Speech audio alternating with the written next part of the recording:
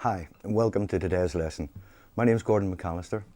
Today we're going to cover quite a lot of topics that hopefully will act as a good foundation on which to build your guitar skills for the future. First of all, we should get in tune. Here's my low E string.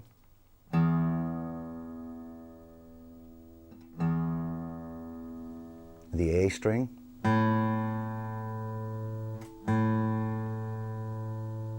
The D string. The G string,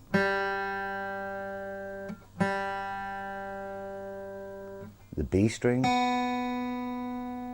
and finally the high E.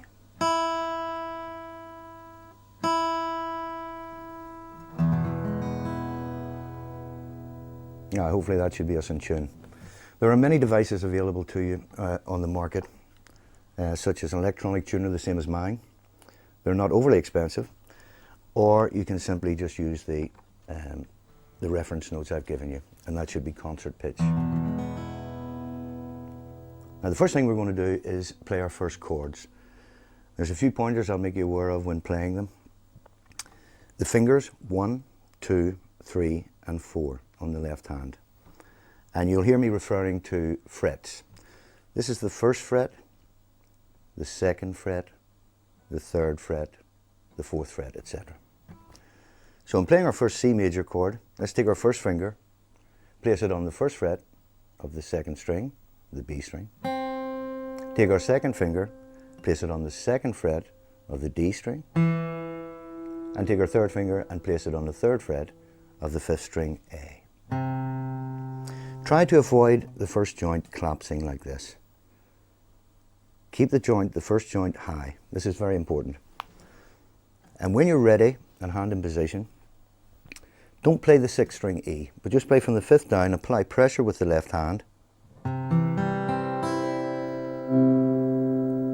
Oh, there we are. And just have each note ringing. If you hear this, a note what we call choking, just correct the left hand slightly by raising it to give clearance. Now these rules will apply to every chord that we'll look at. So there's our first chord, C major. I notice very little technique with the right hand at the moment. It's just one strum down. That sounds good. Okay, let's look at a D major chord now. This would remind you of a triangle. First finger, second fret, third string. Second finger, second fret, first string. And the third finger in between, third fret on the second string. And here we ignore string 6 and 5 and play only from the fourth string, D open.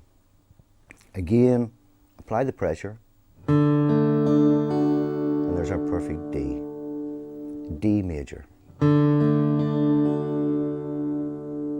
Okay, let's move on. This one's going to be called G major. First finger, second fret, fifth string. Second finger, third fret, sixth string. And over here, we've got our third finger coming in right over on the first string. Again, all the strings can be played now. Apply the pressure, keep the joint high, and there we have a perfect G. Let me just play those three chords together. I'm going to do them in reverse order.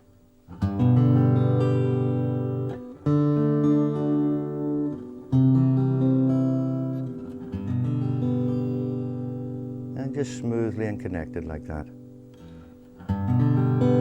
G, D major, C major, and back to G. There are our first three chords. Now we're going to look at an E major chord. This one again will play all 6 strings. We're going to put our second finger, second fret, fifth string, third finger, second fret, fourth string, and the first finger around here on the first fret on the third string. And strings 1 and 2 and 6 are open. Again, apply pressure, keep the joint high. There's a nice E major chord. At this point I'm going to just talk about chords in general. There are really only 3 types of chords that you're going to learn. that's going to be major chords, which we've looked at. There's going to be another chord called a minor chord, and finally another one called a dominant seventh. So really throughout your career there's going to be three main types of chords: major, minor and dominant.